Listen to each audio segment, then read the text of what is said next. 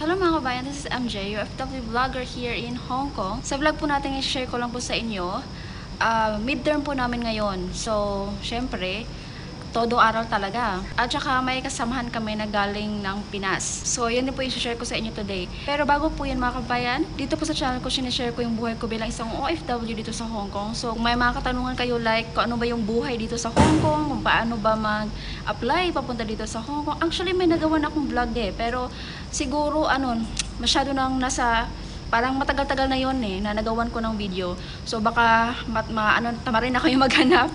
So anyway, yun, na-comment nyo lang po sa ating comment section para masagot ko po. So dito pala sa Hong Kong, natatrabaho na ako dito for 8 years. So ayan, share ko lang po sa inyo today. Yun na nga, midterm namin. Siyempre talaga yung preparations kapag exam na, hindi madali Kasi OFW ka, tapos nag-aaral ka pa.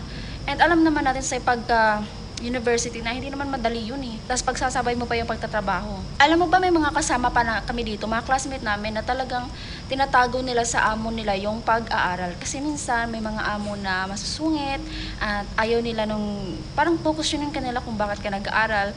Kasi yun nga, ang lagi na sinasabi is nandito ka for work, hindi ka nandito para mag-aral. So minsan kapag yung amo mo ay talagang masungit, hindi na namin sinasabi sa kanila kung nag-aaral ba kami o hindi.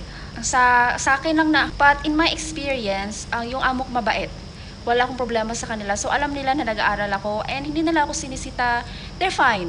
Kaya malaking pasasalamat ko sa kanila. Napagsasabay ko yung pagtatrabaho at pag-aaral. Pero alam nyo, ngayon lang to kasi 1.2 pa lang ako ngayon. Bali first year pa lang. So I don't know, nag-second year na, third year na, baka mas mahirap pa yung mag-election, so I don't know. Pag-prepare ko na lang na patapos ko po tong kursong to kasi pangarap ko po ito, ang makapagtapos. Kahit na hindi siya madali kasi bukod sa pinagtasasabay ko yung pag-aaral at pagtatrabaho, syempre nandyan rin yung financial problem.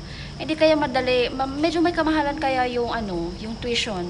So, isa rin yun. Actually, mga kabayan, sa batch namin, kasi 'di ba, pag first year ka pa, merong 1.1, 1.2, 1.3, and after 1.3, 2.1, 2.2, 2.3, ganon. Yung level ko is 1.2.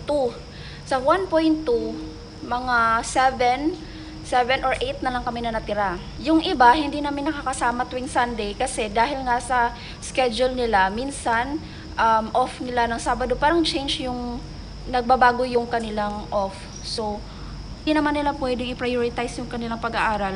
For example, pag sinabi ng amo nila na mag-Saturday ka muna na mag-off ngayon. So, syempre, sa school, hindi ka makakapasok ng Sunday, di ba?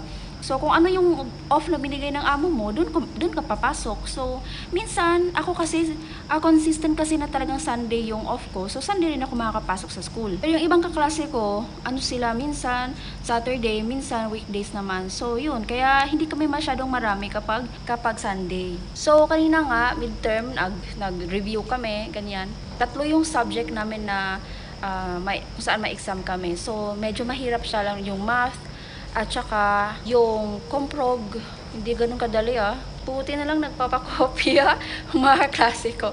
But anyways mga kabayan, totoo yun, ganun yung nangyari. Nga pala, meron kami isang kasama nagdumating from Philippines. Maganda dito kasi may dala siyang Philippine food. At yun yung ginawa ng pananghalian kanina. So after ng midterm, so nakakain kami ng Philippine food.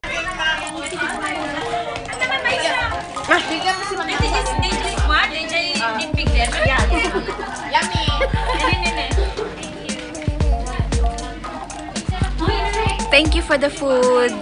Sa nagluto. At sabay Tsaka sa nagbitbit.